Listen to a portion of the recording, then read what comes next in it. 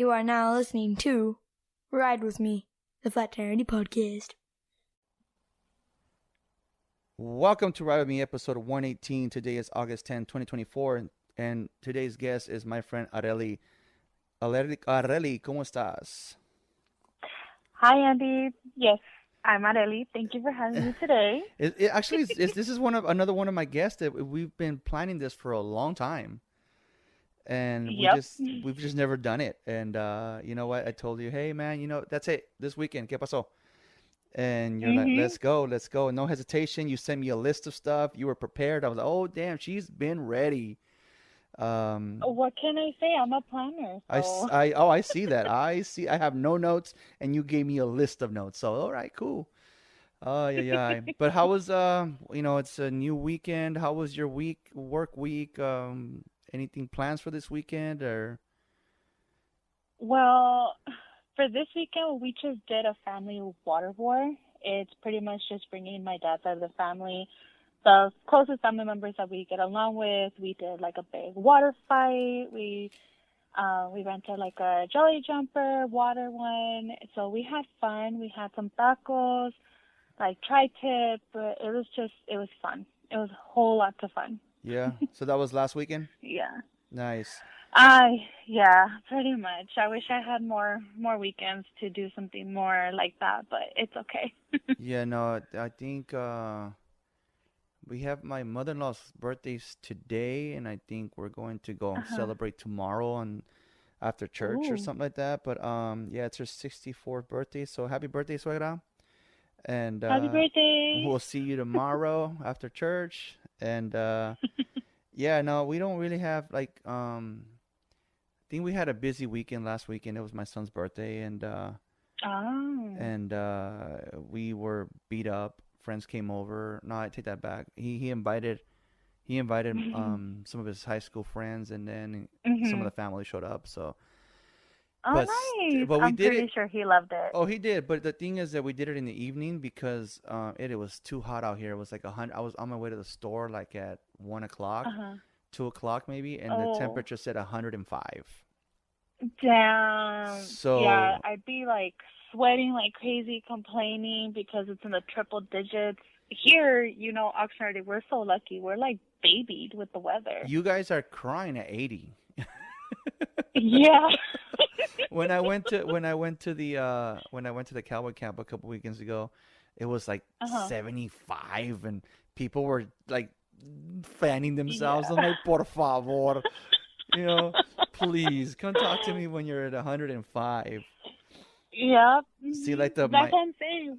We're babied. No, we're yeah. babied Oxnard here. is we get all 4 seasons in one day. When I moved out here, my first day working out here, I had no AC in my car, and I was running from store to store because it was a heat wave like at 112. And I was dying. Customers were like, "Hey, dude, can you slow down when you pull into my driveway?" I'm sorry, dude, my car doesn't have AC. And they're like, "What? I'm from Oxnard. Our AC is you roll the window down." Pretty much. Is this the Honda CRV that was malfunctioning? The Honda CRV that I bought from the dealership that you were working at. Yeah. I still have it. Awesome. I love knowing that. Yeah, I still have it. It's more of just take the kids to school and back. That's it. It only gets driven like maybe 5 to 10 miles a day. And we really don't. It only gets driven for that. That's it. That purpose. That's it. And then maybe grocery shopping. But I think I used it last week to go pick up the bounce house from my brother-in-law's house. But for most part, it just sits there. It's not. But it's still like I took it to go get a smog last year in June. Yeah. And the guy was like, he's looking under the hood. He's looking under the car. And he's like, holy shit, it has his original catalytic converter.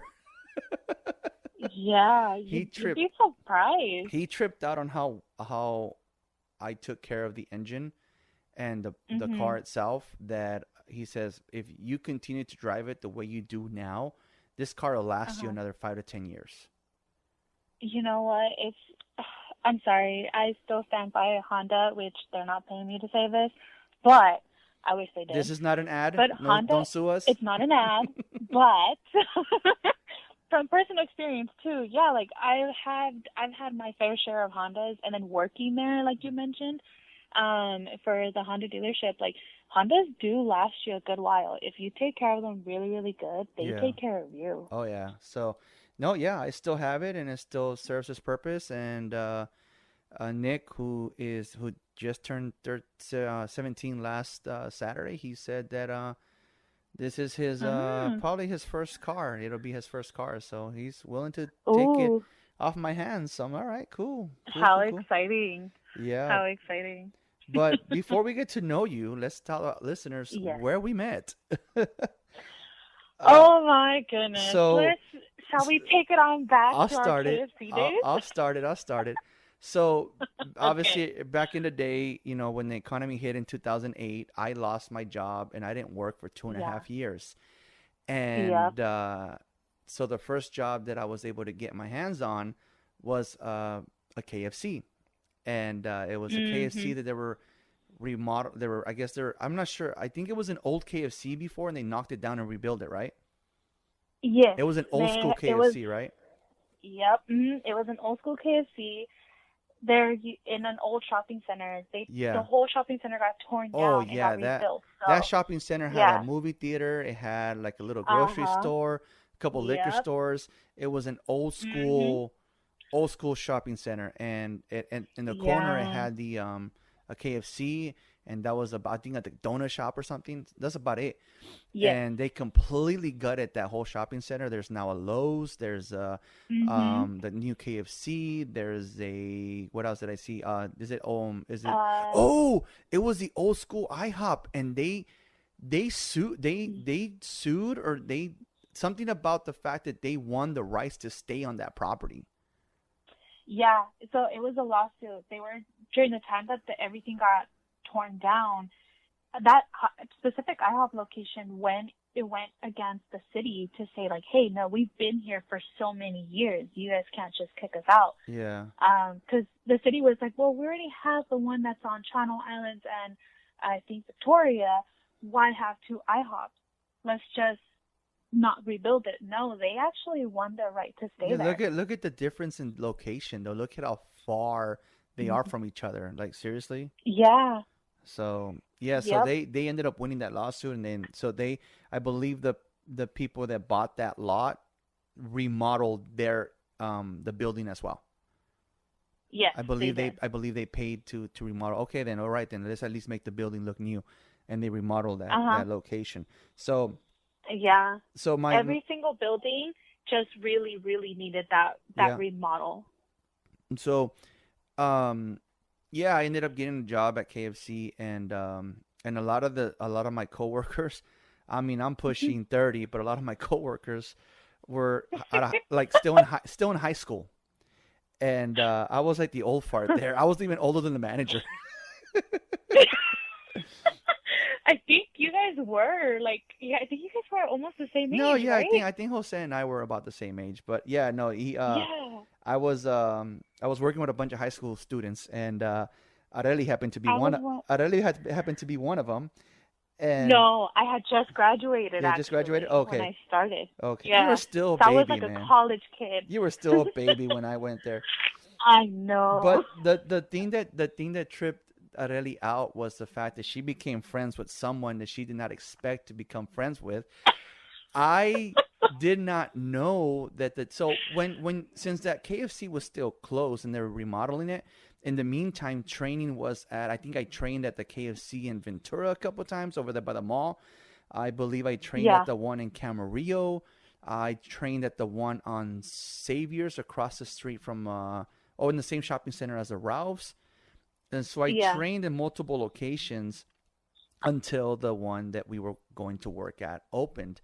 And when we had like it wasn't like the grand opening, but it was more of a bring your friends and family to. It was like the soft opening. Yeah, but it was just friends and family. Just friends and family. That day. And there was like a orientation / bring your friends and family, and the mother of my kids was there as an employee, BFFing with Areli. look. I didn't know, okay? So don't come after me, okay? You're breaking bread with the enemy. Hey. Again, I didn't know this, okay? Yeah. I didn't find this out until later. Yeah, so I was also shocked to know that she was working at the same KFC. I didn't know, and So, I think we so my question, go for it. how did you, but like, aside from like, obviously that soft opening, like, how did you actually find out? The day of Like, like was it wasn't an orientation. It was like the it was some kind of meeting when we were all there. It might have been the soft opening because we had like a meeting at first, and they were talking to us about, the standards and pretty much like an orientation, right? And she was there, and I was like, wait, what? You work here too? And she's like, I work here too. I'm like, wait, what the fuck? Don't trip. I'm in the back. I'm cooking chicken. So I think I only worked with her like twice, because I think she just ended up quitting because, I mean, baby daddy's in the same building, and I think her current boyfriend was not okay with that. And but yeah, no, like I said, I think she ended up just no call, no show. She ended up quitting, but I did not know that until that orientation. Like, okay, the store opens tomorrow to the public type meeting. Yeah. And that was just a crazy day. And you know what I've noticed though, like I still remember to this day, is the coldness and the awkwardness that I got from you. Why? I'm sorry. Why? Okay, Explain to my listeners why you gave me that cold shoulder. Okay, let me explain. Okay, so let's take it back to when we were training in all these different locations. Yeah. So the time that you're like telling me that I'm BSing it with your ex-wife. So whoa. We never exchanged vows. My bad. Ex-girlfriend. Well, you know what? Whatever. She's an ex. Let's just call it how it is. So her and I, we got stuck in a shift. And me and her, we were both part of, like, obviously the front area at cash registers. That's how you didn't know that, and neither did I, that you guys were a thing, or ex-thing. Anyways. So she never gave me your name. She just told me a little bit about you, but she was saying that you were like, I'm just quoting her. No, go for it. Don't come at me, okay? No. She was saying that you were like a deadbeat, you were abusive, a whole bunch of crazy nonsense. And I'm the type of person where it's like, I feel bad for the person. I'm a little bit, well, not I am a little bit, but I was very gullible back then. So anything she would spill out, I believed it. So that's where I was like, okay. So I think after that soft opening, when we all finally found out that you guys have a history, that's where I was like, oh no, this guy, he's gonna be mean to her while we're at work. Like, no, this can't happen here. Like, no. No, you know what? And I'm sorry. No. But you know what? The funny thing is that you weren't the only one. You weren't the only one that heard the I'm abusive, I'm a stalkerish, I try to kidnap her. Yeah. Trust me, you weren't the only one. And the beautiful thing about that is when she tried to pull that bullshit in court, nobody bought it. So, no, yeah. I'm glad nobody bought it. She did. Except me. Yeah. You were, like you said, you were young and gullible. Yep. Mm-hmm. She did have like you said, she does have a tendency, and I say does, she still has a tendency of making people feel sorry for her. And I've had people come, like her exes come and apologize to me. Hey man, you know what? We're sorry. We never really gave you the benefit of the doubt. We always believed what she said. Yeah. And now that we see you around your kids and you pick them up and you've bought her coffee and you try to be cool with her and everything. Honestly, yeah. My bad for ever, giving you like the same thing, like the cold shoulder or thinking negatively of you. I'm like, no, it's okay. It is what it is. I mean, I'm not going to say I was a perfect boyfriend, but I did fuck up and I did raise my hand at her. I did obviously end up in jail for that purpose, but Yeah. I mean, but to say that I was abusive and a stalker and try to kidnap her, I mean, I That was just a whole different level right yeah, there. yeah, and you know, like I said, my daughter, when my daughter was about to come live with us back in, we're talking 2014, Mhm. her, even my daughter's friends would ask her, "Hey, are you sure you want to go live with your dad? He's like a stalker and a kidnapper and like what the fuck? These are kids you're talking to." So It's like, nah, why are you telling my kids this? They're innocent. Leave them I've out of it. I've learned to put it in, let it in one ear out the other. It is what it is. I Yeah. mean, I because of her and not just her, but also because of my mother, I've lived my Mhm. entire adulthood letting my actions speak louder than words. Yeah. That's pretty much it. Like my son was, I'm gonna say my son was like 7 or 8 years old. He's Mhm. 17 now. He was like 7 or 8 years old, and he comes up to me. Wow. He comes up to me. He's like, Dad, what's up, mijo? He goes, Dad, you're not an asshole. And I'm like, huh? Excuse me? I'm like, what do you mean?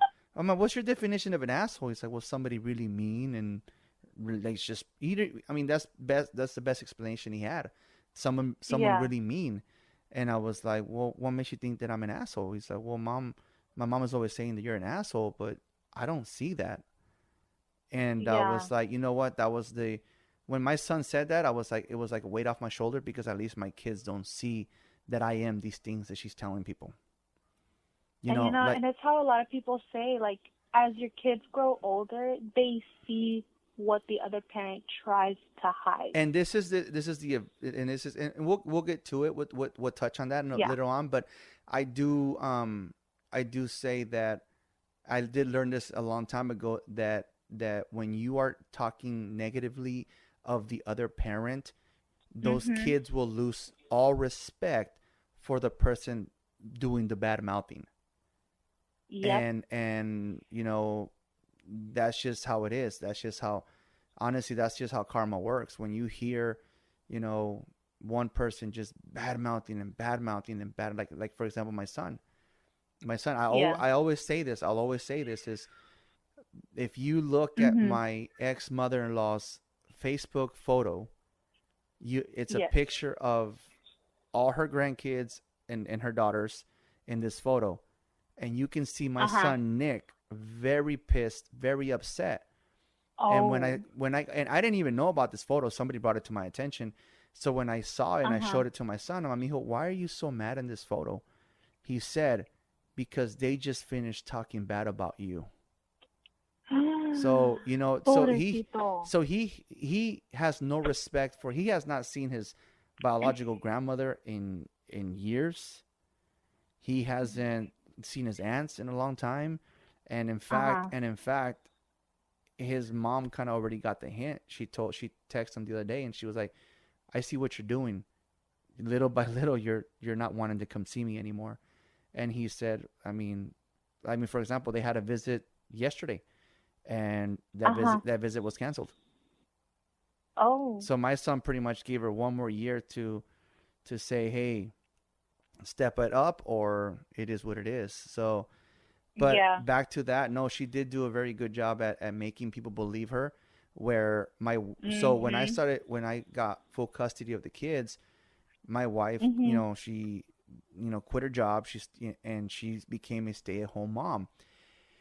As her being a Mhm. stay-at-home mom, she was taking the kids to school. She was taking them, you know, going to field trips. She was going to their award ceremonies. My Yeah. wife had people, mind you, this is before we said I do. She had people Oh, sitting behind okay. her at the award ceremony, fucking dogging her out, bad mouthing her, calling her the evil stepmother, and just Oh like, my God. and you know what, my wife fucking sucked it all up, and she just sat there and she took it and she took it and she took it until she couldn't take it no more. Oh wow. One day, the my baby's mom said something, and my wife got out of the Mhm. car and she went and got in her face, and she told her, and I'm just in my car, holy shit, holy shit, holy shit, Oh my God. it's gonna go Well, down. you know what? Good for her. No, she stood Good up for for no, her. she stood up for herself, and she went and told her like, dude, this shit needs to stop. Like seriously needs to stop. Yeah. And Like, grow up. You're an adult. Like, why are and you behaving like a yeah, 5-year-old? yeah. And then I think it was last week I had a conversation with my daughter. We were talking, Uh-huh. and she brought up the, because I didn't talk to my daughter for almost 3 years because of the same bullshit. And Okay. she, she was, Dad, I just feel like it's both of you and this and that. And I'm like, whoa, whoa, whoa, whoa, whoa. And I stopped her. I completely stopped Mhm. her. And I said, you know what? At one time, at one point, you could have said it's both of us. But Yeah. in the last 2 years that I've called her, I checked up on her. She was in the hospital, in and out of the hospital. I was making sure she was okay. What's going on? Do you need, is Uh-huh. there medical bills? Like, is there, like, I was checking up on the mother of Yeah. my kids on a regular basis. Where even my wife's like, Yeah. that's pasando. That's a little too much, don't you think? And she's right. She's right. Yeah. I'm disrespecting my wife because I'm over here, having a conversation with the mother of my kids, not about the kids, and Mhm. and at one point my wife and her actually they even hugged each other for Mother's Day, and they wished each other happy Mother's Day. And Aw. yeah, and my wife was about to go rent a cabin in Big Bear so we can all rent a cabin in Big Bear. And then Yeah. this is like I said, right before COVID. And then Uh-huh. once COVID hit, my son graduated junior high, but it was more of a drive-through type thing, right? Oh, Well, yeah, she yeah. got all The whole bent out of shape. She got all pissed off that we didn't invite her to this and stuff like that. I was like, this is fucking bullshit. That's my son and blah, blah, blah.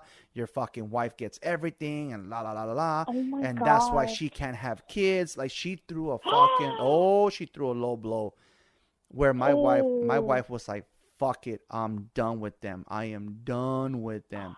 And that's breaking my heart so right we now. so we I told her, see, no Big Bear, nothing. It went back to that bullshit from fucking 10 years ago or 20 years ago or Yeah. whatever, right? Back to that bullshit Mhm. all over again. So that's why I told my daughter, I'm sorry, kid. In the beginning you could have said it's both of us. But when I've tried, Mhm. when my wife, whether you want to call her your mom, my wife, I mean, yeah, or you want to call her by her name, whatever you want to do, Yeah. but she was there. She was there trying to amends to be a family with your mom, and she just, we gave up. We gave Yeah. up, and she was like, "No, Dad, you're right. You're right." And so, no, Oh. no, she was very good at, and I'll still say it till this day. She's very good at making people believe her, and that's why, like, we are the let our actions speak louder than words kind of people. Yeah. No, yeah. And then speaking of that, okay, how after that whole soft opening and then being like having a chance, I think I only worked with her once after we officially opened. She stopped showing up. And believe it or not, I bumped into her in a what's that? It's a grocery store that's over at the Center Point Mall. Can't remember the The name off the top of Superior, my they head right opened it. now. They made it into a Superior. Yeah, okay. So right there, I bumped into her. She was at the cash register, and she was just like, typical. And by that time, I was already like over it. I was like, okay, I'm done. Like, I don't believe you anymore because I see Andy's behavior already. Like, he's not the person that you're trying to make people think who you want them to think. And I saw her, and she just spit me this lie that like, oh yeah, he took my kids. That's why I quit. Like, I just quit that fucking job. Like, why did they hire me and him at the same time when they knew that we were a thing? Like, they should have fired him instead of me. I was like, okay, whatever toots your horn. Whatever tickles your pickle. Believe.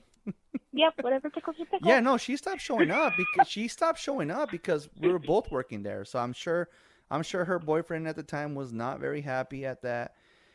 And we're talking. Yeah. This is back in 2011, right? Yeah. Or yeah, I didn't get Mhm. custody of the kids in like 2014. So even her stories back then were so off.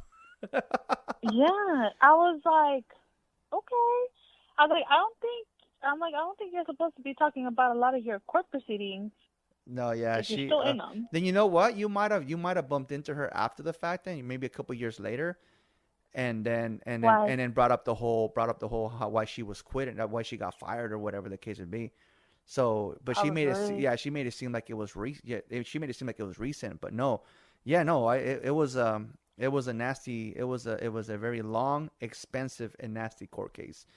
But I I bet. yeah, but me, for example, we go back to KFC, and um, Mhm. I I was a manager when I was working at when I was at Home Depot, and so I Oh knew man, good old Home the Depot. good old Home Depot. So I knew a lot of these rules of how managers Yeah. should speak to their employees. So what Mhm. got me fired from KFC was, so one day, so Please. mind you, back then I didn't have a car. So I lived. So if, for Mhm. those of you that are from Oxnard, the KFC is on Gonzales and C Street, in between C Street and Oxnard Boulevard, right? So where the new Yep. Lowe's is at, right? I lived Yep. in South Oxnard. We're talking, I think it was like Bard and G Street. So Uh-huh. that was a nice long walk, right? That very nice So long it walk. was my day off. I didn't have my kids that day, so I walked all the way to the KFC to get my Mhm. schedule. Back then, Yep. they printed the schedule and put it on the wall. So I wanted to go get a picture of it. And the Mhm. manager decided to rip me a new one about something I did the night before. So what happened was, it was the first time What? it was the first time me washing the dishes that night, right? And Okay. I've never washed, restaurant dishes before, and Yeah. I guess I still left them like greasy and oily or whatever, so that the next morning when it was time to prep and cook and everything, they had to rewash the pots and the pans and whatever, right? And Oh, yeah. so I went to go get my schedule, and the manager decided to rip me a new one as I'm grabbing the schedule.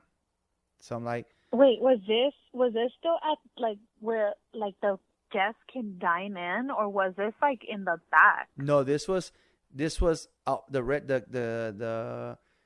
the schedule was up front. So this was Yeah. where Oh my where God. customers and employees can see. So I was like, Oh. you know what? That's not okay. That's Yeah. very inappropriate. That's very unprofessional. So Mhm. I was all right, cool. Then one day I was working, and a couple of days later I was working, and see I wasn't as fast as he wanted me to be, like on the cooking the Yeah. chicken, and he kind of reprimanded me again in front of employees. Uh-huh. So when he did that, that's when I pulled him to the side and I told him, "Look, man, I used to be a manager in the past, and as a manager, you are not to lecture me or reprimand me in front of other employees, in front of customers, or when I'm off the clock, because Yeah. you've done this already three different times, two times where you've checked me off the clock in front of customers, and Mhm. twice in front of employees." And Oh my God. so a couple of days later, we decided we started talking, and he told me that it'd be best Mhm. if I transferred to the one on Saviors, because Okay. the one on Saviors by the Rouse was a lot slower.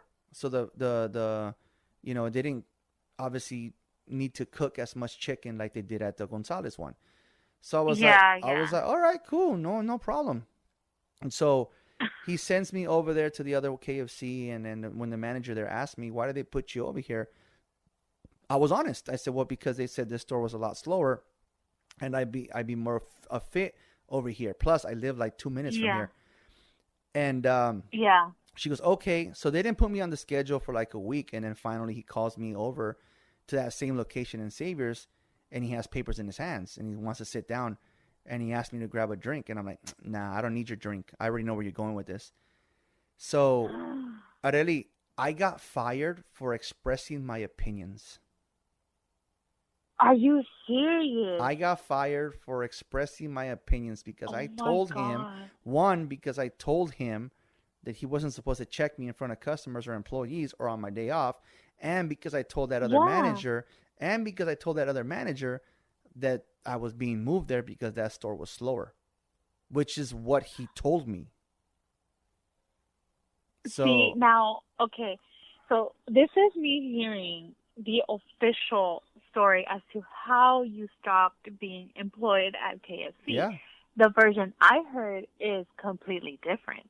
of course, and that's why Homeboy had karma and got fired from his job. Yep. Karma's So a the version bitch. that I heard, is that he didn't reprimand you, but that you started going off on him for being a faulty manager, right? And that you were the one that requested to transfer to the location on Saviors, No, but that you didn't show up for either of the locations because you were, I guess, supposedly you were still in transition. And I remember there was I think there was like 1 or 2 shifts that you were scheduled to be at the Gonzalez location, yeah, and you didn't show. no. So see there, but see the doc. I don't have them obviously, but the original, Yeah. the official termination paper said for expressing my opinions. Oh my god. But that's what karma's a That's bitch. low Homeboy got blow. fired, right? Yep. Karma's a bitch. But yeah, no, I that was the original. That was the original. What had happened? I Oh my god. I got fired for expressing my opinions. And honestly, if I would have known back then what I've known now, I probably could have sued his ass. You know. Probably. But it is what it Yeah. is. My brother, everything was meant to happen because my brother, my brother's not the kind of person to recommend anybody to work to bring him in. Yeah. But he saw because I was desperate and I was willing to do anything. And I always said fast food is not no offense to anybody that works in fast food.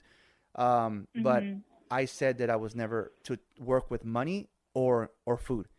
So when he saw that I was willing to do whatever it took, I think 2 weeks later, I was already working at Walmart. I remember you were at Walmart Yeah. and you were moving up. Oh, quick. Yeah. I You're started, moving up. I was at nights for only 4 months. They transferred me to days. So it was like a promotion. And after being in days for only 2 months, I got promoted to manager. Yeah, I remember. Because I remember when the last time I saw you at Walmart, it was even before you moved, too.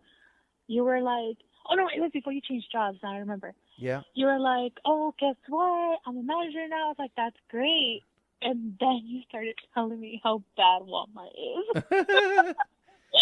Yeah, Walmart. I was like, yeah. No, you know what though? Again, nothing bad about Walmart. Nothing bad about Walmart. You know, it obviously pays people's bills, and it's just it's the companies are only bad because of the people that work there. You know, Yep. that's what makes a company bad. You know, it's the people that run it. The man, like I said, I got promoted. After I got promoted, I got moved to like foods, and I had a manager that was always on my ass. And I had pretty much like, wait a minute, lady, you couldn't do what in 2 years what I did in 6 months. So don't, because even when the store manager came up to me one day, he's like, dude, you made this department profitable in 6 months. So it's like, Yeah. listen to what the key word there was, profitable. So it's Yeah, like, I mean, because you have an eye. You Yeah. have that eye. You can see what works, what doesn't. so, you know, when you have somebody who got promoted only because of how long she's been there for, you know, she didn't get promoted Yeah. because of her hard work. She got promoted because seniority. And Yeah. it's like, don't come tell me what to do. So no, and then it got pretty bad because corporate started hitting them up, and then I started listening to what happened was the store shrunk almost $2 million. And corporate got involved. In fact, corporate saw how my wife was working in the back room, because that's where I met my wife, at Walmart. Corporate saw how she was working the back room, and they wanted to hire her. Corporate wanted to take her to the corporate offices and have her work from there. And Oh, wow. yeah, but you know, the person that was running the department for 7 years before my wife canceló and did whatever she could to get my wife fired. Oh yeah. Damn. Yeah. That's So that's messed why. up. So again, not a bad company. Yeah, maybe they should pay their employees a little better, but it's not the company, it's the people that run it. Yeah. And so I was unhappy, and then these guys that I work for now came up to me, offered me a job, and here we are, 11 years later. Yeah, honestly, I remember, and even that day, that the last time I saw you at Walmart, you were like, obviously you did mention that you got promoted to manager, and you started telling me how bad Walmart was, and then out of nowhere you're like, oh, but guess what? I got a new job. I'm gonna move. Like, I'm gonna leave this shit hole. I ain't gonna be here anymore. Yeah. I was like, Yeah. damn, okay, Andy, I see Yeah. you. And then, like I said, look, I started working for the company that I'm at now in August. So pretty much next week it'll be 11 years that I've been at this company. Yay, round of applause. Congrats. Thank you.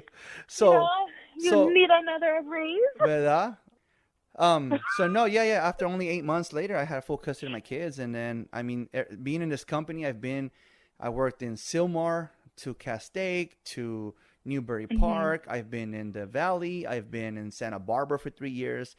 I came to Azusa. I worked in Azusa. I worked in La Puente, Hacienda Heights. Now I'm in El Monte. And wow, you know, it's I'm not stuck under a roof all day. You know, I bet. I'm not stuck under a roof all day. So, but sabes qué? Enough about me. At least, give us up. You know what? At least you get a breath of fresh air. Unlike me, that I'm always stuck indoors. You know what? It's a trip because when I leave the store, I run to my car because it's so freaking hot. Oh, but you know what? You're like, I need the safety. Yeah. I need the safety of the AC. You know what, though? You know what? We didn't touch on the Honda days because when I was working in Santa Barbara, I had a little Honda Civic, and it was a beat up little Honda Civic. I actually missed that car. I remember. And I went to the dealership that you worked at, and I bought the Honda CRV. And then every time I did the service to the car, you were the lady that signed my invoices. Yep. Dude, I remember. I plead the fifth. No. Like when I had to go check out, if there was like a balance due, or it was just a regular checkup, whatever, you give me my final invoice. And yep. And I think one day you got pissed off at the service center because you're like, I had this customer come here, I recommended him here, and you guys keep letting him down. Oh yeah, that was me. Yeah, because it was they rotated my tires and then the car started shaking really bad, and so I had to take it back. And then at least for some reason, every time they touched my tires, something happened. So it's like, don't touch the tires, please. Just leave the car alone. Yeah, leave it alone. Yeah, because it's crazy because not a lot of people know this, but you know how when you drive up to drop off your car at this specific dealership, I'm not trying to talk bad about them because I still love them. It's obviously how things are handled. You know, your car gets touched first by a porter, and then it gets driven to the back. After that, a different porter touches your car to move it to the bay. Right. Then the mechanic finally touches it. Your car gets touched by about 4 to 5 different people. That includes the service advisor that you talk to, sometimes even the manager, a car parts personnel, the mechanic, and the porter. So it just depends on how busy they are or how not busy they are. It depends on the quantity. But I remember you always kept coming back. You were walking like, what the heck, Relly? Are they not doing anything good to my car? Are they doing this purposely to my car? Yeah. Honda's just trying to take my money. I'm just like, I'm sorry. I will go talk to the manager and the advisor specifically. I remember one day I was in the lobby and they came up to me and they're like, hey, your car needs a new battery. And I'm like, how much does that run? I think like $300 to $400. I'm like, okay, well, I'll chance it for right now. Okay, cool. Then like 10 minutes later, they came and told some other customer, hey, you know, this is but you might need a new battery. And then like another half an hour. Yeah. Hey, you know, you need a new battery. So I'm like, I'm catching on. I'm like, nah, these fuckers are trying to get a battery quota. No way that everybody needs a fucking battery. That's so bullshit. They're trying to get rid of these batteries. They have a battery quota to hit. So. Yep. I was just like, and I remember I questioned about it. I'm like, why is everybody getting recommended for a new battery? Is it the new battery for their car remote or is it for the actual car? They're like, oh no, it's the car, because they gave me like some bullshit line. And I'm like, don't come at me with that bullshit line. Tell me the real fucking truth. Yeah, right. I took it to. Don't sugarcoat it. I work here too. After I left the dealership. I took it to like a mom and pop battery shop, and I told the guy, I'm like, hey, can you check my battery, bro? And he's like, he checks it. He's like, nah, this battery's good for like another year and a half. Really? He goes, yeah, you don't need a battery right now. I'm like, you know what, bro? Because you were that honest, give me a battery anyways. And he sold me a battery. I bought a battery from him. That's good. So it's like, honestly, any car battery that any of like the cars that are in my home, I just go to a mom and pop shop. Yeah. I go to them because they will tell you the truth. They'll tell you like, no, it's good, or no, yeah, you really do need one. Yeah, no. So what they'll be upfront. What I do now when I do take the car to the dealership, they give me the little sheet of everything that's wrong or whatever. I'm like, okay, the air filter for the AC, I can fix it myself. Okay, this I can fix it myself. This I'll fix it myself. No big deal. Boom, boom, boom. Why not just remembered? Huh? Right. Wait, sometimes some of your bills would come up high. And I would see it, and I'd be like, okay, let me go to car parts. Hey, can you guys add my employee discount to this? Why? Can you please? Like, can you please? Like, I would spin it. So it's like, come on, he's a single dad of like 6 kids. That pobrecito, he needs help. If he had money, he would be driving a 2005. Like, can't you see he can't afford a brand new car? Can you guys please just help him out for a bit? And sure enough, there you go, drop the price. Yeah, so you were my saint back in the days. Well, yep. I'm not there anymore. I'm gonna break your heart too. My newest car was a Camry. Nah, it's fine. You know what? I had a Camry before too, so we good. All right, we good. All right. Well, you know what? Enough about the KFC and Honda days, but let's get to know Arely. We've been at it for a while, and we haven't even got to know you. I know. Obviously, you were born and raised in Oxnard. Yes. And what the north side, right? Because you went to Pacifica High School, right? So, I like to say this now. It's like you can take the girl out of the ghetto, but you can't get the ghetto out of the girl. So, I actually lived down by South Oxnard for majority of my life. Really? Fun fact. So, but you went to Pacifica, right? Hold on. So, back it up. So, I don't know if you remember this, but right on Pleasant Valley, there's a firehouse. My mom lives across the street from that firehouse. In the apartments, right? No, in the house across the street. Okay, right in front. Okay, off to the side.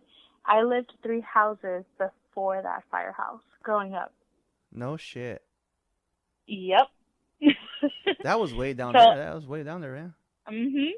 I was way down there. So I grew up in that area, that vicinity of an area. I'm pretty sure a lot of people will figure that out. I lived in that trailer park down the street. Oh, you know what?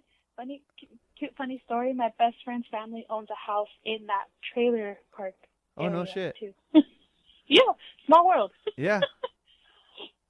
But yes, I grew up in that area majority of my life.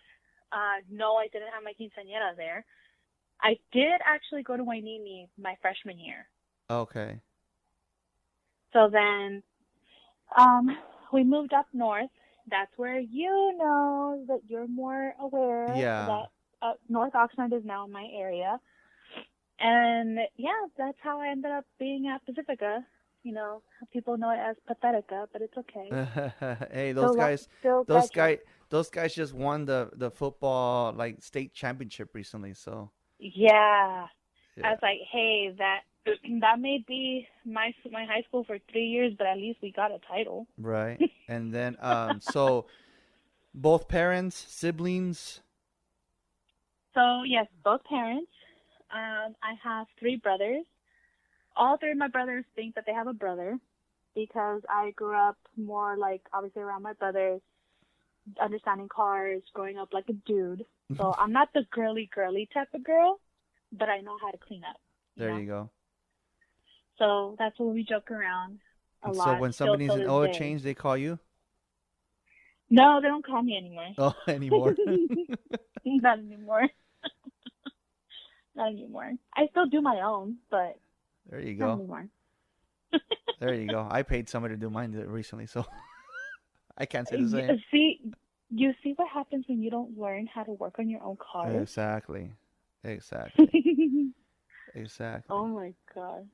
But And yes, so I grew up in. so three brothers and only one girl? I'm the only girl. Damn, baby, middle, oldest. So I'm the second eldest. Okay. There's my older brother, then there's me. Then I have my younger brother that's literally a mechanic, but for Gold Coast Transit. And then that's there's good. my baby brother. Yeah. So a lot of us, we have like really good careers, Nice. which is great. So yeah. Nice. Then my older, Go for it. what's up? Sorry, I was going to say my older brother, speaking of him, since we're in the topic of family, I have 3 nephews who are here staying with us up until later this week. And then they're going to be heading back home to Washington with my older brother since he couldn't make it. And yeah, so since I'm the second, I have 2 little girls. Okay. And my brother has 3 boys. And they're all there with you right now?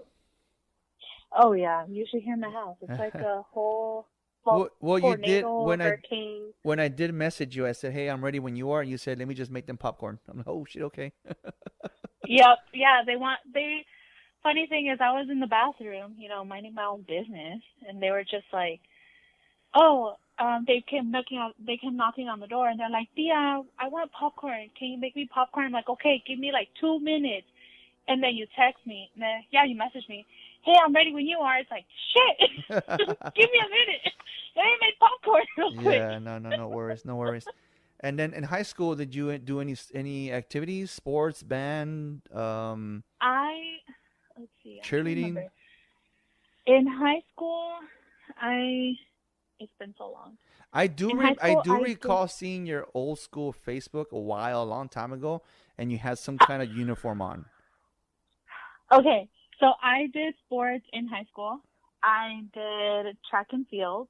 Oh, okay. My events were throwing for discus, shot put, and long jump. 3 years ago, 4 years, 3 years ago, 4 years ago, you would have said all this. I wouldn't have known what the hell you're talking about. But because my boys are in track and field, I know what you're talking about. I know honestly, it's competitive, but it's so fun. Yeah. They my son, it's so fun. My oldest son, last year he did long jumps, and those were the best shots that I would take with my camera. And he didn't do them. Mm-hmm. He didn't do them this time, this go around. I'm like, dude, come on, man. Aww. But he did shot put through the disc, and then the disc, mm-hmm. and the what's the other one? The ball, right? I don't know what the ball's called. Shoot, you know what? You should have your son. Bring him over. My baby brother knows how to do some crazy ass throw from college. And then my younger brother, which he's actually a lot better than me, I'm pretty sure he can teach him a couple of like throwing moves that we were all taught. Because from me moving on, all 3 of us did track. So we know. Yeah, we know how to fix him. Everything. My youngest, it was his first year doing it, and he did the 200, the 100, and the 400. So nice. Yeah, he did a lot, and then but right now they're in band. So the marching season starts in October. All this past mm-hmm. week they did what their definition of Hell Week was, pretty much from 1:00 in the afternoon till 9:00 at night, just practicing and practicing. So. I don't miss that. I don't miss hearing about the Hell Week. I don't. And then so pretty much. So I think the picture that you're talking about is when I did cross country in college. Oh, okay. I do. Like I said, I do recall seeing maybe. I think it was I'm gonna say red.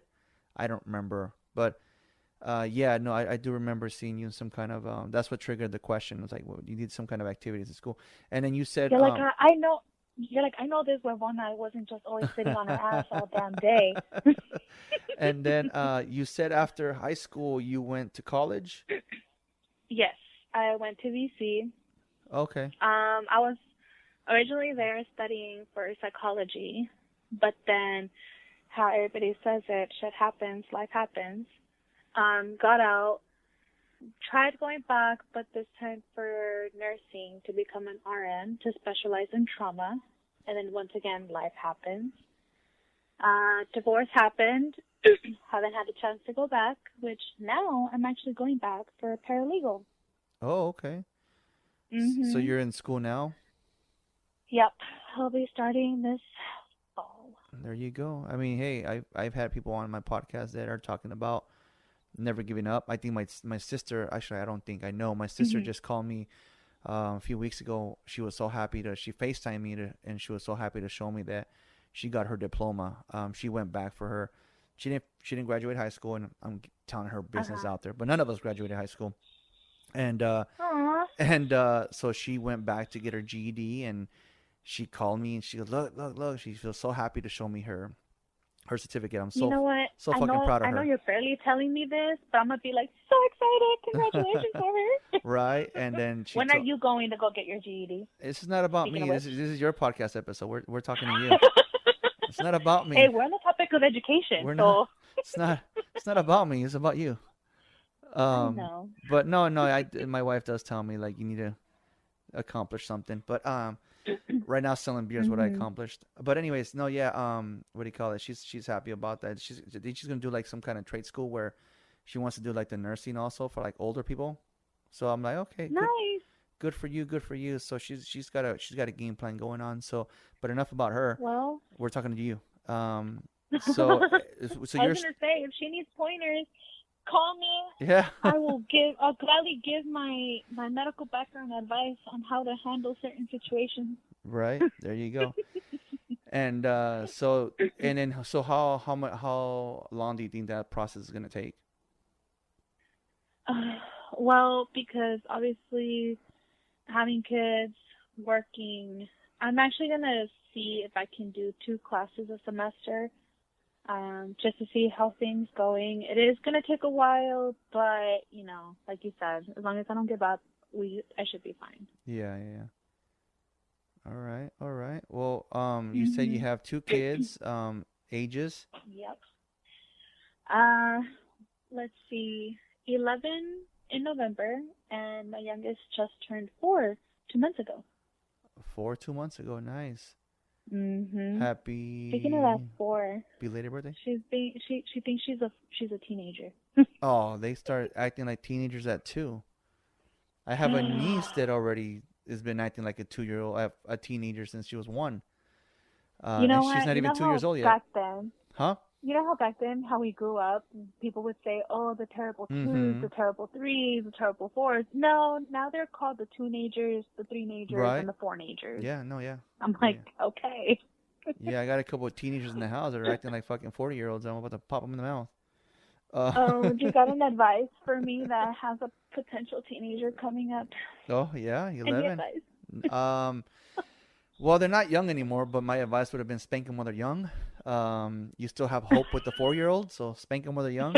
I know. Nah, it's okay because once you give them what they value most and you take it away from them, they're putty in your hands. So if she has a cell phone, that's your weapon of choice. My son lost his shit the other day and he punched a hole in the wall. Yeah. Oh. So my youngest one was pissing him off, getting under his skin. He's very good at getting under his brother's skin.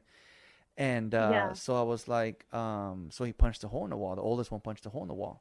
I'm like, okay, so check this out. This is what's gonna happen. I need you to get a tape measure right now and go measure that hole. Because I was at work, so I was on the phone on speaker with my wife. And they're like, okay, it's 5 inches. I'm okay. So you just lost your phone for 5 days.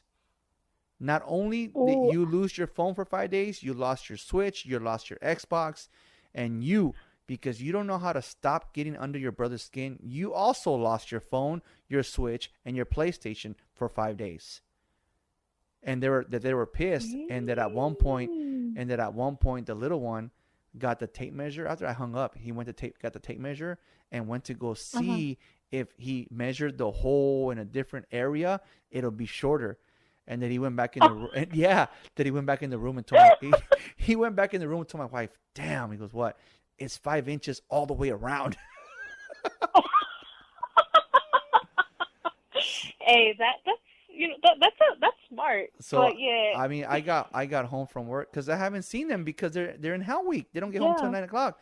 So I have not seen them and for like two days. So today I got home and got home from work and they were sitting on the sofa and they were watching Flash and they were quiet, like they were very quiet, just sitting there. And I went up to my wife and what's going on. I'm like, well, they're just sitting there, they're quiet, they're not really, like they give me dirty looks, but that's about it.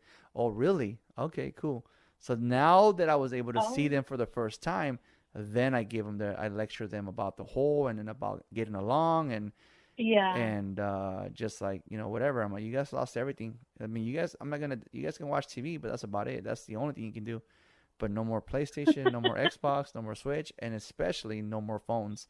And that's the one thing they value the most. So my word of advice is that phone is a weapon. So, oh yeah, cabrona, give me your phone. Give me your phone. Funny thing is, my oldest has a phone, so actually it's very convenient because her phone is linked to my account, so I have control over it, whether she's at her dad's house or here with me or I'm at work. If she, I can literally disable that phone to where it's just a block with a time on it. Yeah, no, I think I am allowed to disable the phone, but apparently the way it works is I can disable it, but it'll be disabled for 3 months. I'm like, wait, what? I just want it for the day. So. No. No, with Apple, you could do that. I have that because my oldest has an iPhone, and obviously since I have an iPhone, her email Apple account is linked with mine as a family share, so I can have control over her phone without actually needing to take the phone away. Oh, nice. So, yeah. Yeah, well, we have Samsung, so we're a Samsung family, so I take away then, you're going to have to physically take that damn phone. Yeah, give me your phone. Give me your phone. There's just a lot of stuff that we can do on Samsungs. For example, I just got in trouble today with Pokemon Go. They finally caught me after 8 years of using a spoofer app. Oh my God!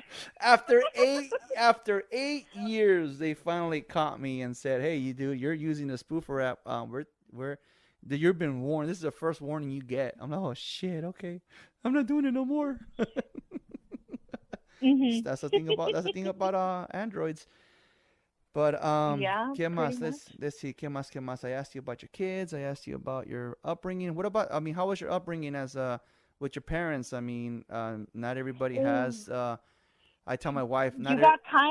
I told my wife not everybody can grow up with unicorns and rainbows. But how was your upbringing with parents and siblings and I mean, whatever you're willing to share.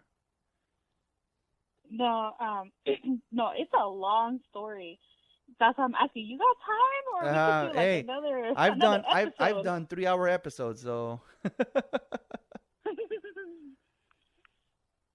No, whatever you want to share.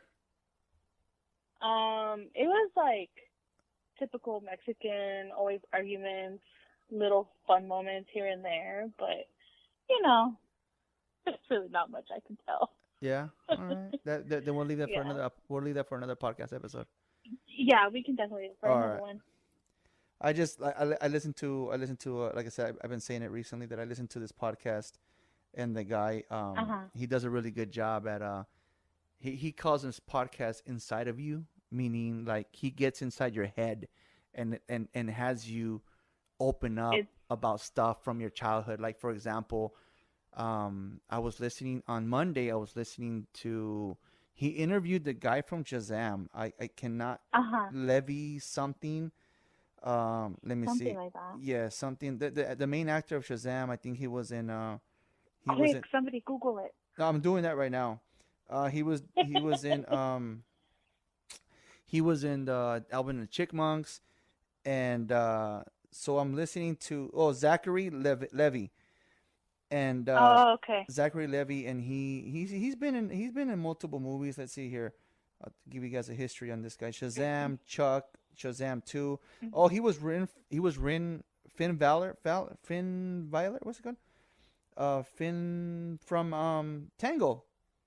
I mean Rapunzel. Yeah, he was really? Yeah, he was Finn. Oh wait. Finn Rider from Ándale, Flynn Rider. Flynn Rider. Oh my God. He was Flynn Rider, and he was talking about his upbringing, and that his father left at a young age, and he was left with an abusive, mentally and physical mother, and you can hear his voice, choke up, and my eyes started watering. All I gotta say is, if we save my childhood upbringing for another podcast episode, I'm gonna need my therapist. All right, well then get a hold of your therapist. We'll put her on 3-way. Shit, we could have put Ricky on 3-way right now.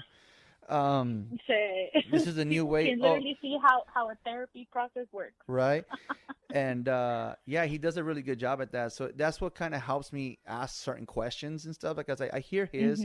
And I hear what he talks about, and I hear how he asks certain questions. Like right now, everything I'm asking you, I have nothing written down. I'm just trying to go off of memory. And it's okay. No. And he does it. Like I said, he himself is an actor. He himself, had child trauma. He himself has, no dad, doesn't get along with his dad, and stuff like that. So, like I said, I'm learning from his podcast how to ask, and I think this conversation has been going smoothly. Because I listened to his. But si quieres, entonces, if you want, if that's all you have about, bringing up your upbringing and or who you are, is there anything, or let's see real quick, any special talents, anything you like doing that it's out of the ordinary to your friends? You can, you blow a trumpet with your toes. I don't know. Is there something? Hey, I'm not that talented, okay? Honestly, everybody pretty much knows I'm reading books like crazy. That's good. No, that's good. My boys I got home and one of them was reading books. Every time we go to the Segunda, they run to the book section because they know that they're like 2 for 1 and they buy a bunch of books. So no, it's good. Yeah. No, all of mine, they're like, I buy them all at Target. So, you know what? Now that you mentioned the Segunda, maybe I should go check them out to see what books I find. Yeah, I really recommend you go to secondhand store to buy books because they're hella cheaper, and you can buy 2 for 1 or 3 for 1. And like I said, my boys right now they're running out of space in their bookshelf. So I highly recommend the Segundas. I'm right there with them. I'm running out of space on my bookshelf. So yeah, I suggest you get another one. Well, I mean, let's get into the topic of choice. But you know what? Real quick, I gotta turn on the lights. It's getting dark in here. Go ahead and talk amongst yourself.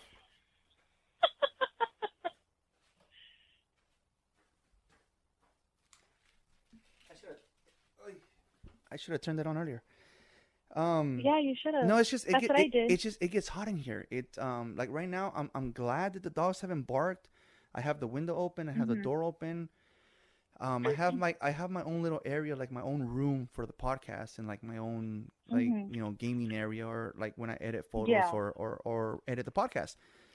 I have my own room. I have a refrigerator in here. I have 2 Dwayne The Rock Johnson standing right here next to me. They keep me company. It's sounding more and more like a college dorm room. Right. I have my.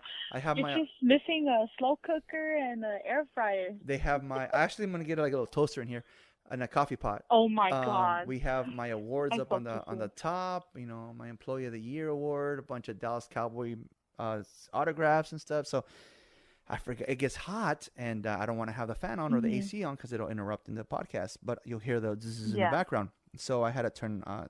I forgot to turn on the light. Let's get into topic of choice. So I think it was back in 3 years ago. I think it was about 3 years ago when I first started doing the podcast. You actually somehow we started talking, and you needed advice on a lawyer, or you needed a lawyer, or you wanted to spend money on a lawyer. Yep. And I told you. And I told you to hold off. And she's like, "What do you mean?" I'm like, "Look, if I knew back then what I know now, I wouldn't have spent $40,000 plus, right?"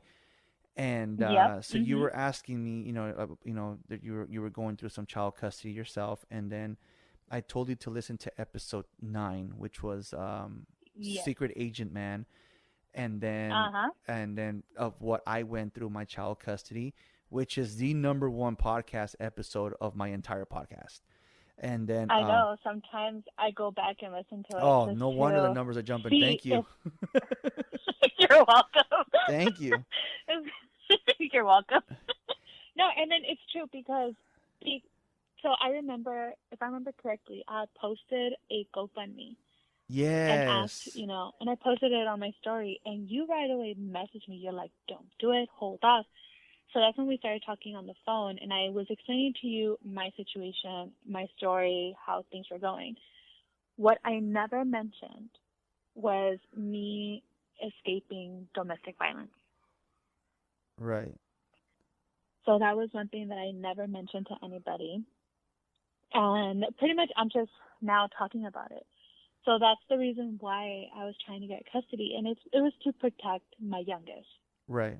And things were going like crazy. So when you were telling me about don't do it, hold off, and it's exactly what you said. If I knew back then what I know now, I wouldn't have spent this much money.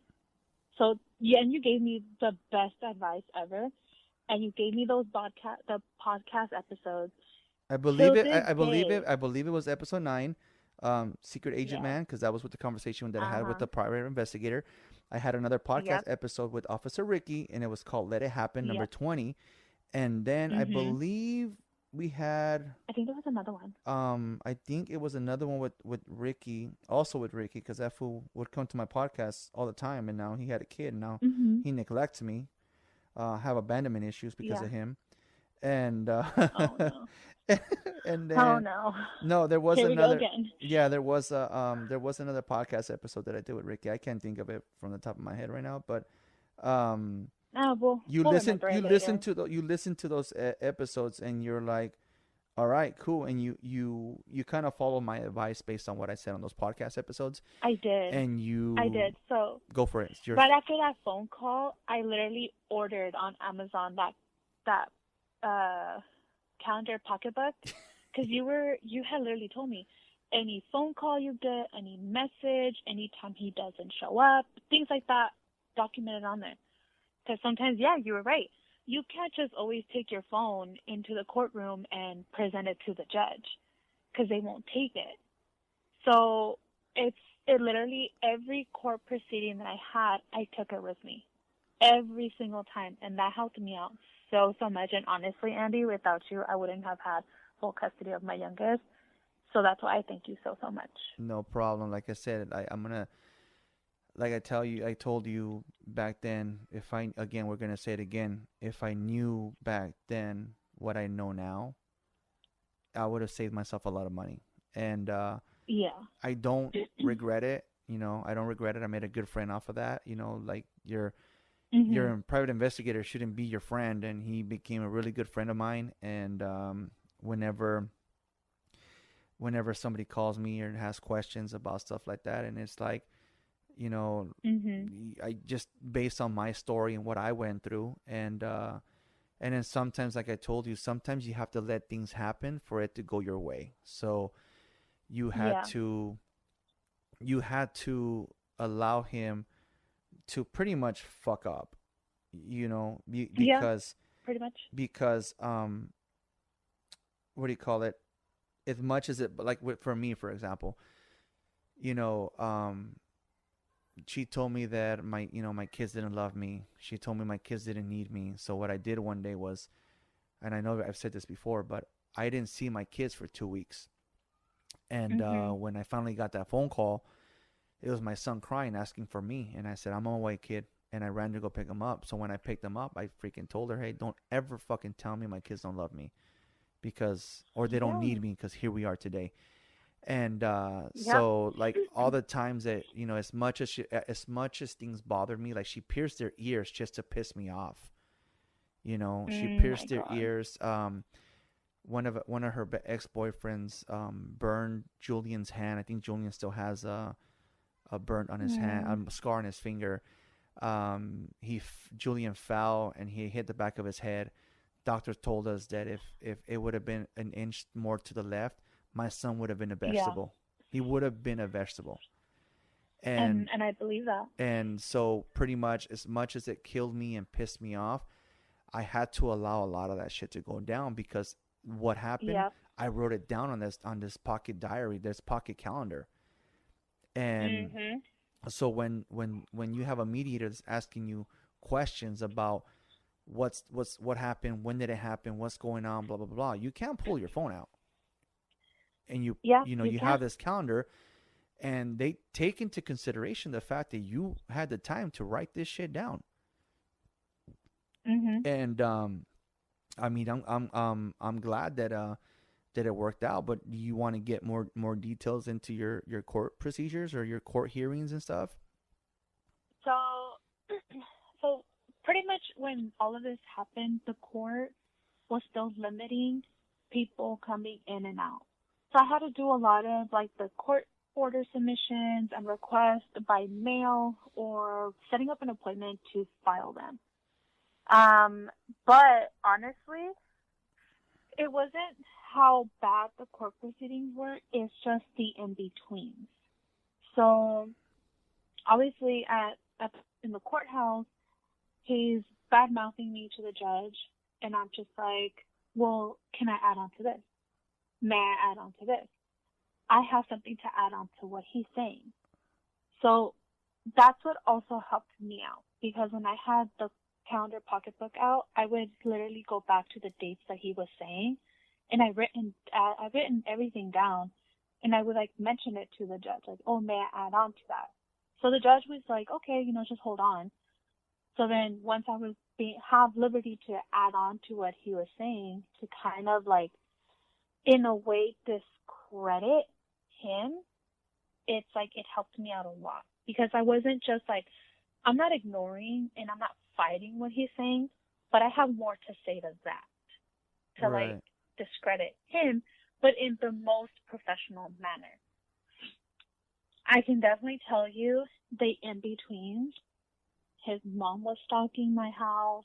His sister was stalking my house. His friends were like trying to stalk me, whether it was driving down I was about to sound like Snoop Dogg, or like Eazy-E cruising down the street in my 6'4", but yeah, they would stalk me a lot, and it was to try to see if they could see my youngest. Only he was permitted to come into my home and see my youngest, which, by the way, he only showed up once. And then after that, it was him making a big deal of not being able to show up, or supposedly me saying that my youngest would get sick. But everybody knows when the kids are very little, they're prone to getting sick faster and quicker than an adult. Right. So he was just bad-mouthing me, sending me text messages. He was pretty much, what do you call it? He was like mentioning about this fake attorney. He wouldn't give me this information about this fake attorney so I can communicate with him through that said attorney. He wouldn't give me any of that information. But the way how I actually obtained full custody of my youngest, this man chose to not pay for his filings, and instead he bought himself a truck. And you were stressing out and wanting to spend all this money on a lawyer when he ended up just shooting himself in his foot all by himself. All by himself. And honestly, all of those messages would like stress me out so bad that my babysitter that would take care of my youngest at the time, she saw me go on a spiraling out of control plan mode that she literally had to tell me, Adelie, you need to stop. Put the phone down, breathe, tell me what is going on, and what do you need to do? Once she said, what do you need to do? I'm like, pocketbook, write down that damn message. Yeah. Write it down. Yeah. I kid you not. I backed up my phone. I have my phone, since I have an iPhone, I have my iPhone to back up at at the end of the day, every single day. It sucks that I have to pay like the extra memory, but it serves me in case I break the phone, I lose the phone. I get all of that back in case he tries to take me back to court. Which, by the way, he has tried. You know what's Okay. funny? What's funny is that I think it was sometime, I think it was like maybe last year, my wife was cleaning out the file cabinet and she found my pocketbooks, my pocket calendars. Oh, wow. And she's like, "What do you want to do with these?" I felt Save 'em. like it was no. Well, you know, like you said, You you're still writing down. Your kids are still, your baby's still young, where he can still Oh, take yeah. you back to court. My boys have made up their mind. They made it crystal clear to her. They have no intention of going back to live with her. So, I almost celebrated, cried, everything as we put those books through the shredder. God, this is a memory. This is a memory that is in the past now, and we don't need to. In fact, I went through. You know how on when you go on Walmart.com, like photo thing online, Yeah. so you can send photos to Walmart so you can print them. Yeah. I found photos still saved in that Walmart file that had court custody, court exhibits pretty much.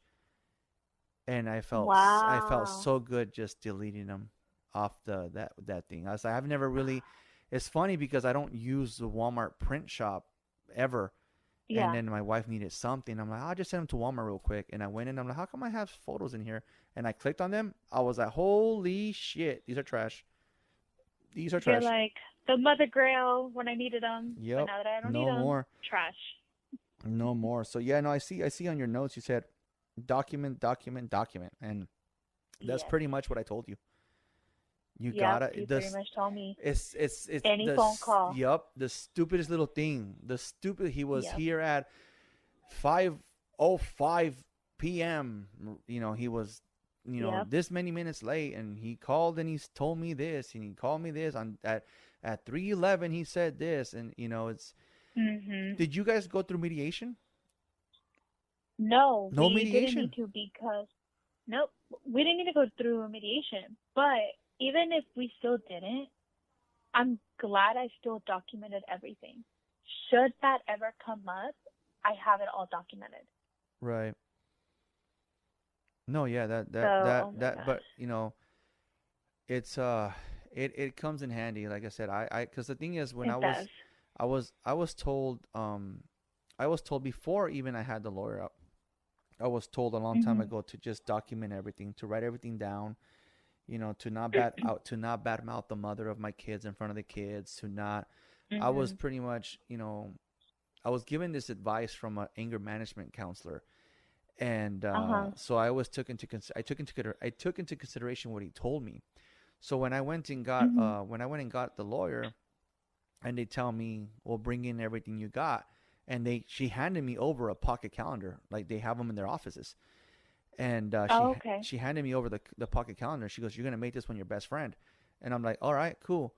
And then so when the private investigator asked me, "Well, bring everything you got, like all the evidence that you have," I showed up to his office with a milk crate, and he's like, literally a milk crate, literally filled with I remember you photos, told me. calendars, because back then I used to print out the calendar like on Google, and it was like January 1st 2010 print, February 1st January 10 or whatever 2010 print, and I would use that as my calendar, and I would write stuff down.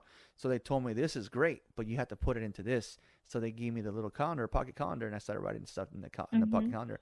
And that little book that pocket book became my best friend. That thing went with me everywhere. At this day, I saw my boys during a Amber Alert at Walmart walking by themselves while there's somebody inside possibly kidnapping a kid. Did I tell you that story? No. So what? one day I was already at Walmart. I was already in the food department. So this is where we're talking already like We're talking already early 2012. And so Walmart calls an Amber Alert and they lock the front doors, meaning that there's a missing child in the building and possibly still in the building, or most likely still in the building. So they lock the front doors and they don't let anybody out until this child is found. When you have a missing child, you think like a child. And where was the first place children will go? The toys. Restroom. The toys.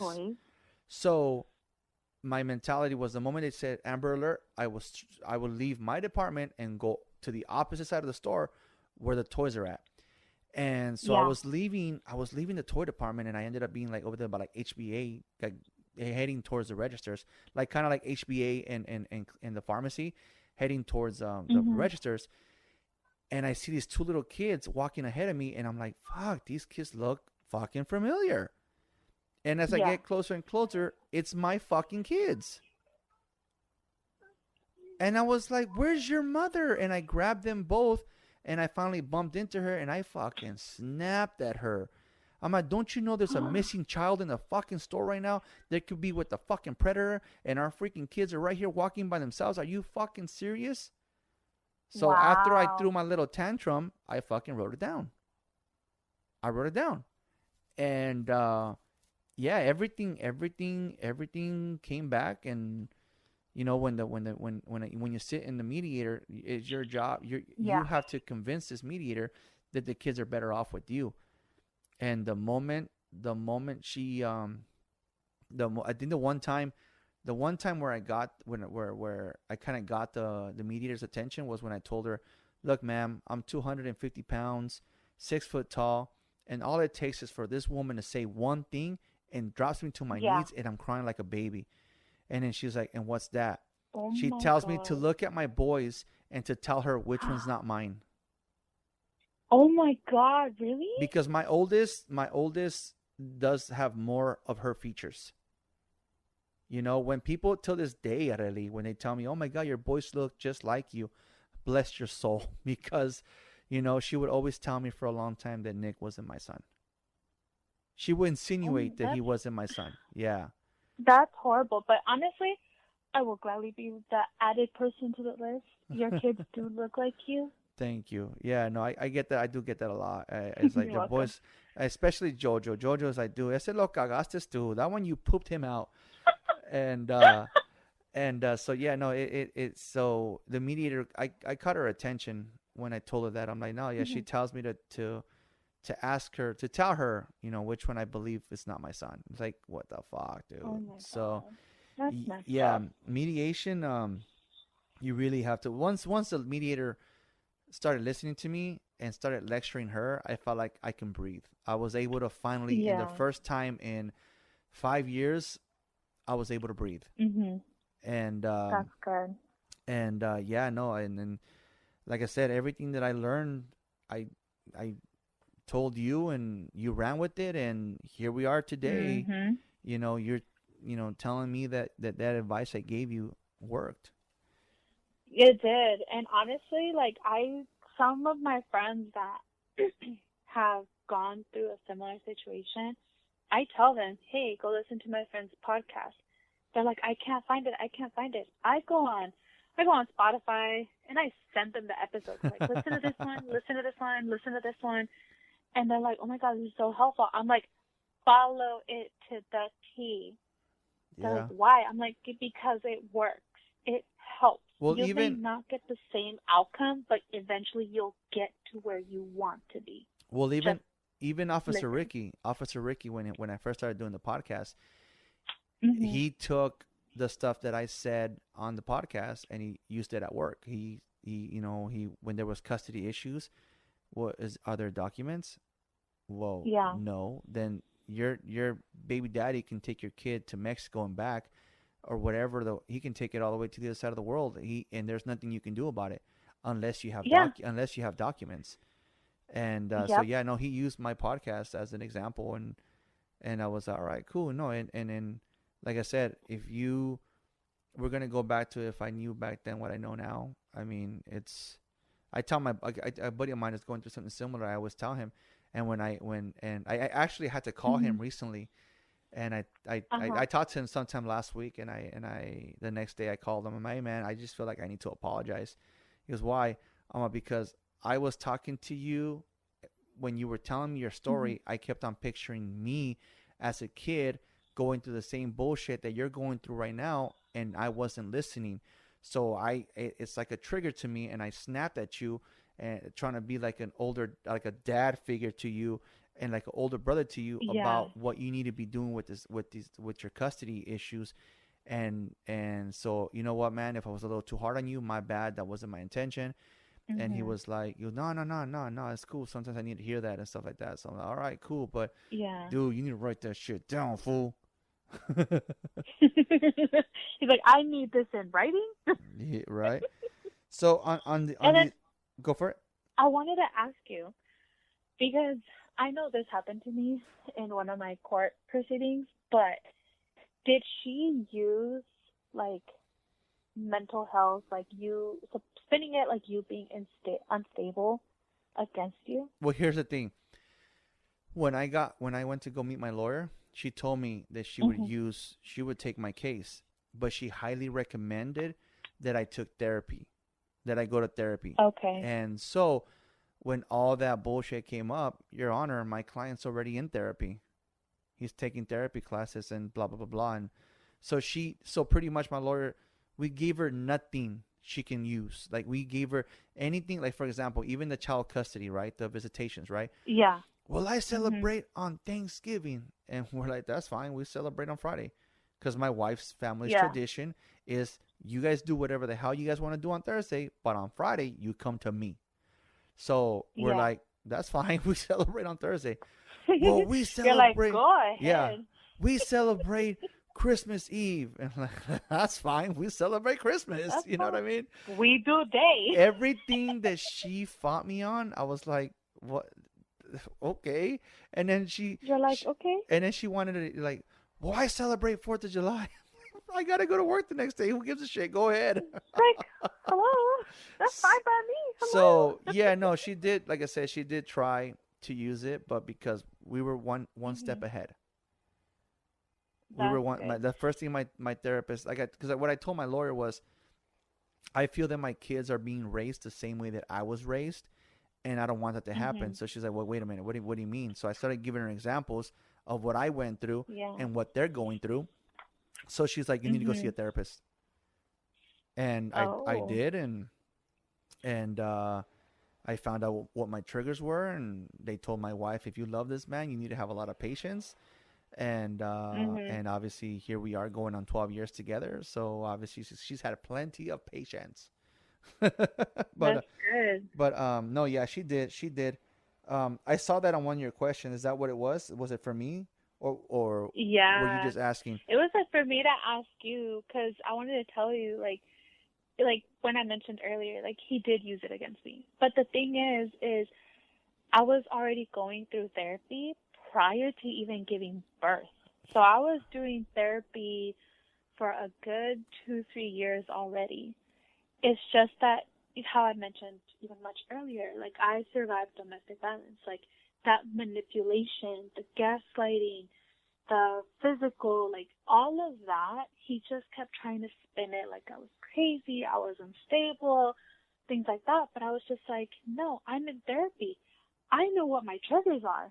I know how to actually process things a little bit easier now. But I never knew, and I barely learned this because of therapy, when a woman goes through postpartum depression, whether it's their first time, second, third, fourth, etc., we can actually live through postpartum depression for up to 2 years without even knowing. And he kept trying to use that against me for the court proceedings, and I was just like, I get that, that's validated, but I'm actually going through therapy. I even had a letter from my therapist indicating that I am actually being treated by her at that time. So like I said, you were one step ahead without even knowing it. Yep. Without even knowing it. I was one step ahead. Because when I was telling her about the court proceedings, she goes, I'm going to send you something. I'm like, okay. She goes, don't open it until it's the day of the court. I'm like, why? She goes, I need you to read it to the judge and present it to the judge once that time comes. I'm like, okay. Right. You got it. I know, and that's gonna go a long way because the judge is barely opening it for the first time. You don't even know what that letter says. Yep. I didn't even know. I didn't know what it said. She didn't know what it said. By the way, my judge was a female. So I know a lot of people out there, they get a male judge that's very unbiased, or they get a biased judge, or, things like that. So I'm like, I feel bad for a lot of people, but the judge that I got she was very professional. I really did love how she handled my case. Yeah, and the beautiful thing about the judge that I had was the one thing my lawyer said, the judge that we have, he's a reader. He loves to read. So when we slapped the man with 300 plus pages, he was like, he read it all. I'll get back to you next week. I'll have to read all this. And yeah, the moment that he read all that, he goes, there's going to be some big changes. Yeah, the judge that I got, she's a big reader too. So the moment my case file landed on her desk, she goes, let's take a break. Come back in 30 minutes. I'm going to read this file. I'm just like, okay, you got that. We're going to do that. Yeah.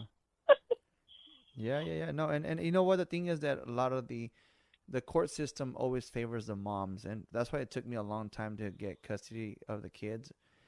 And and in the moment, like I said, it got to this point. Like that's why I say let it happen, because the 4 years or 5 years to, me, writing stuff down, taking pictures, getting police reports. Every time the police were called, I got a business card with the police report and the event number, what they call it, and everything. And even when if the kids were with her and the police were called to her house while she had the kids, those reports got used. We pulled them out, and my buddy, like I said, he was a part of the investigators. He was able to pull up those reports. Hey, the cops were called for domestic violence at your baby's mom's house. I'm like, what? What time? At this time, the kids were with her. Okay, perfect. So we pulled it, and you're like, write that down. Yeah, no, exactly. And so it was, like I said, courts really favor mainly the mom. And in this case, like I said, I say it again, you got to let it happen. And it ended up working in my favor. But by then I was more stable, better job, engaged, and, with somebody that went up and sat in the court stands and testified something she would never dream of ever doing. And, freaking testified on what she witnessed, what she saw, what she did. She treated my daughter's hair because she was infested with lice. My wife had all the product names that she used, when she used it, how often she used it, everything. And then when they asked the mom, well, what medicine are you using? I don't know. When do you use it? Oh, I think I used it last week. Not like you have to have straight answers. Like the one answer that bit me in the ass one day is I told the judge, we'll get to that. We'll cross that bridge when we get there. That wasn't a good answer for him. So you have to have straight answers. You have to have a game plan. When you go in there, when you go in there for court custody, and you say, well, I just want 50-50 right there alone. They don't want to hear that bullshit. They want to hear the plan. You want 50-50? Specify what 50-50. Okay, well, one me, one her, one me, one her, or two me, two her, two me, to her, or whatever the case may be. But never go in there saying 50-50. You need to go in there with a plan of what you mean by 50-50 without using the term 50-50. And so pretty much a game plan, exactly what you want. And at the end of the day, you have to convince that mediator that you are the better fit. And writing stuff down is something so simple as a pocket calendar book. Have it in your back pocket and write everything down. That pocketbook is till this day my best friend. That's a gold mine right there. Even though he hasn't texted me, and like, kid you not, I will even send you a screenshot. I have not received a text from him since probably like mid 2022. So he hasn't seen his kid. Hasn't seen my youngest since towards like right before or after Mother's Day of 2021. Wow, what a dad. Yep. I guess in 20 is the real definition of deadbeat right I there. guess in 20 years I'll be sitting down with your daughter and having a podcast. You know what? Let's set that up. Let's set you know it what? up. Put it on the calendar. All right. I'll make sure. All right, we're going to make it happen. You may be old and all grumpy and everything. Be like, this is too early. What or do you- This is too late. I need to go to sleep. What do you want, little girl? You're calling me too late. I'll be like, go back to the dentist and go get some dentures. Yeah, right. I got to have my wife change my diaper. Fuck, I'm going too far. Yeah, a little too far. But is there anything else that you want to share about your custody case that we missed before we call it a go? Fun fact. You sperm do donor, which blow a was how- trumpet with your toes. I knew it. What? No. I fucking knew it. No. That's so gross. That's so gross. No. Maybe my brother does since he has monkey toes, but I don't. Shit. He's gonna sue you for that. Want me to delete that part? I know. And you know what? You know what? I hate to put him on blast, but they all know we were gonna do this podcast, and they're like, "You better send us the link. We want to hear all the shit you're talking about. We don't care if you're talking shit about the whole family." I'm like, No, I tried, but you said no. You said a different podcast. Yes, Andy tried, but I guess we're gonna say it for a new podcast. Yeah. Sorry. Yeah. So yeah, no. Anything else that we missed or your fun fact? Oh, actually, it's a stupid fun fact. My sperm donor, which that's what we call him now, he actually filed for a change of child support payment because his quote-unquote bills are too much to try to lower the amount. And I'm just like, okay. I responded. And again, didn't respond. So I'm like, why make people work if you're not going to do your side of the job? But who am I? For to the tell you how to be a parent. From the moment that I got full custody of the kids, my friends asked me, why aren't you booking her for child support? Why aren't you booking her? And I said, why? She doesn't really work. She hates to work. Mm-hmm. She'll work a job for a month, then she'll quit. And so I am not going to book her for child support. I'm not going to book her for her food stamps. It is what it is. So now that the boys are older, and they go with her, I tell them, take her for her money, take her for a ride, whatever she wants to get you, you guys take it. Don't be shy. Don't just say no. Take it. You know what? Milk it like there's no tomorrow. Yeah. So my son came home one day with like 3 Taylor Swift vinyls, and yeah, the little one shows up with like B-Bucks left and right. Dad, what do you want me to buy you? What skin do you want? I got you, Dad. I'm like, come on, you're fucking loaded today. Let's go. Let's go. You're like, all right, get me this one, and this one. So, because for the past, like I said, when she bought them clothes, it's like, okay, it's time to buy them school clothes. Really? A pair of sweatpants and a freaking $3 shirt from Walmart? That's their school clothes? So yeah, no, never did I depend on her for any of that. And since I am the provider of the house, I pay the bills, the rent, and everything. Yeah. My wife is the one that, the boys need shoes, but she covers that. The boys need clothes. She takes care of that. My wife has been a saint to these boys. I'm jealous of your wife. So when they give my wife the cold shoulder, like I got home today to that, I told my son, guess what? I'm going to take mom on a date. So you guys are going to stay home. And she's going to buy you Chinese food. But if you don't go apologize to her, you can cook whatever the hell we have in the fridge. And it was 4:30 because we eat dinner early. So it was 4:30 and I'm like, hey, dude. I know, you told me. Yeah. You're like, I'm going to take my wife for dinner. Yep. Are you okay with that? Are you okay with Go that? for it. Take your damn time. I don't give a damn. I'm like, hey, dude, it's 4:30. I got to go to the Chinese food and get you guys your food. Unless, but I Mhm. don't think you've apologized to mom yet. And remember, she's the one paying for it. So until you Yeah. go apologize, I'm not going anywhere. And he got up, went in the back Oh. room, and mom, I'm sorry, mom, and whatever. Did you mean it? Yeah, I meant it. So Aww. okay, get your shoes on, let's go. And I took him to go get their food. And Aww. and so yeah, we eat dinner early. But what was I saying? What was I saying? I'm jealous. I mean, she, like I I'm said, she jealous. does. She is, like I said in episode 10. This woman is my backbone. So she, Mhm. what I can, like, our electricity was like $400 this month, and she was like, "What you can't afford, I will cover." I'm like, "Fuck, all right, cool." Aww. So Love that. since you have little ones, I started this recently where I ask if your kids were to listen to this 15, 20 years from now, is there any advice that you would give them? What would you tell them? Time capsule your kids right now. Okay. Don't give up in school. Yes, life and shit happen, but doesn't mean you always have to put it on hold. Follow your dreams. Don't hold back. And never let anybody take advantage of you. No matter how kind or how aggressive you can get, wait to be aggressive until they push your buttons. That's right. I like it. I like it. I like it. All right. I this is a habit that I need to get into. I don't do it every time, but um, to the listeners, if you like this episode, please follow the podcast on Spotify. You can go and find us on TikTok, on Instagram. Mhm. You can. I think there's a.